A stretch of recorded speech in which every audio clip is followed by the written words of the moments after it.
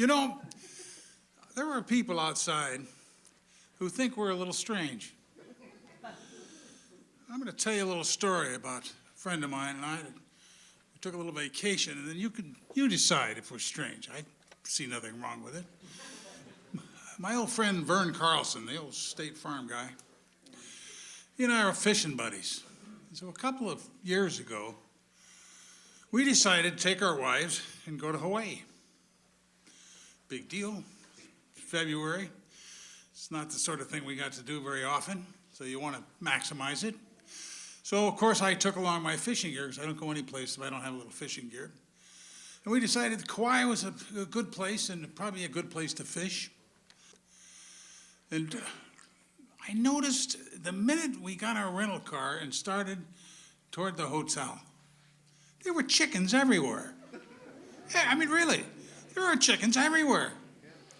Fabulous place, you'd never starve.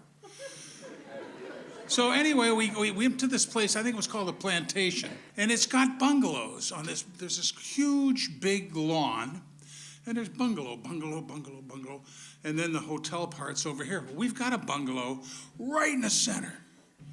Right? Everybody in these other bungalows can see us. So Vern and I had a adult beverage, and we're looking around and we say, you know, there's no place to fish here. This is pretty rocky. I don't see any place where we can get a boat. And I told Vern, I said, hey, Vern, all these chickens. I not only have my fishing gear, I brought along a can of my special bait, corn. Works great for almost anything. So he says, well, great. I said, I'll tell you what, Vern, let's get ready. So we got one of the rattan chairs, brought it out on the porch, and of course, being an Alaskan, I had duct tape with me, and we duct taped each one of the four legs down, so we had a good fighting chair, you know. Now, in between, I should mention, in between the cottages, it's kind of like jungle growth, right? And I'm not seeing any chickens right now. It's kind of like when you go fishing, you know, you get ready, and where are they? But anyway, we get Vern all in, we get him in the fighting chair, and about this time while we're doing this, people are starting to pop out on their porches, right? See, what are these guys doing? So we get the fishing gear all squared away, and of course people are starting to figure it out. I loaded up with just three corn nibbles. Get it out, I said, okay, now you ready, Vern? Vern was ready. So out it goes. At this point, we're just playing, I mean, you know, out of nowhere. I mean, out of nowhere. Oh, by the way, did I tell you these chickens weigh 70 pounds? They're vicious. Actually, we were doing these people a big favor. Maybe not 70, maybe 5 or 6. But anyway, out it goes, and out of nowhere comes the biggest chicken you've ever seen in your life. Brrrt, pow! And the fight is on. There's Vern. He's in his fighting chair. I'm right there helping him every bit I can. You know, tell him, okay, down with the rod, that's it. Pull up, reel down, pull up, reel down. What's going on? We go for about 10 minutes. This chicken is not happy. This is an unhappy chicken. And I think most of the chickens in Kauai are not happy chickens anyway.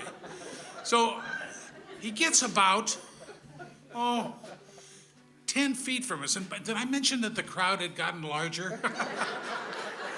We must have 100 people there. But anyway, we're having a good time. But the chicken, who is not, gets about 10 feet from the porch. And he figures out that all of his trouble comes from that man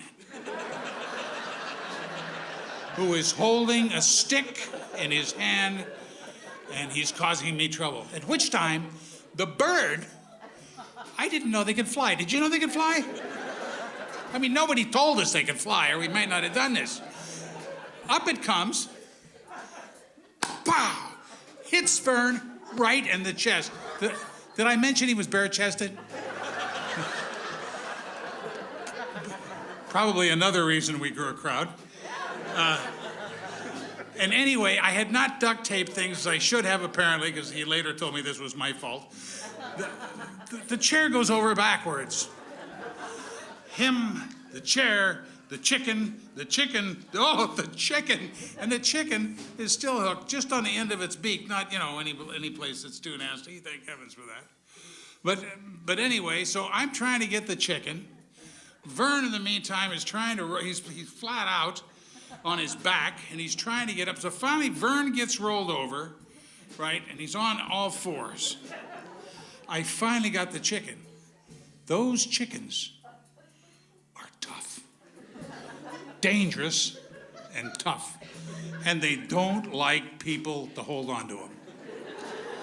So anyway, as I get the chicken, the hook falls out. So I take the chicken, and I throw it up. Does it go that way? No. Right down on Vern. Right. At which time, the chicken shows his disgust by crapping on Vern's naked back and flying off. Right. Well, by this time, the crowd isn't enjoying themselves. They figured out, these guys are from Alaska. This is kind of the thing they do, right? So we're having a good time with people, and the people coming by, and Vern had about that big, he had a bruise. I mean, whoa. Nothing like man boobs with a bruise. But, so anyway, we get everything settled down, everything's going fine, and we decide it's time for us to go to dinner a couple hours later.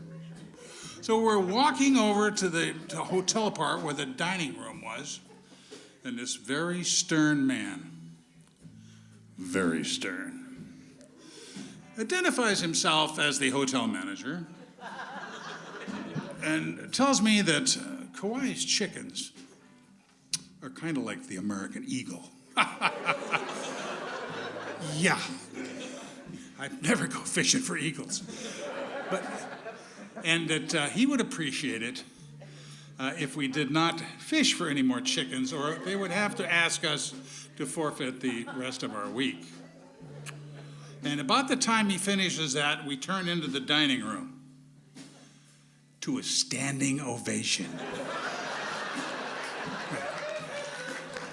I turned to the manager and I said, "Who's right here? You or me?" I never heard from him again. Thank you very much.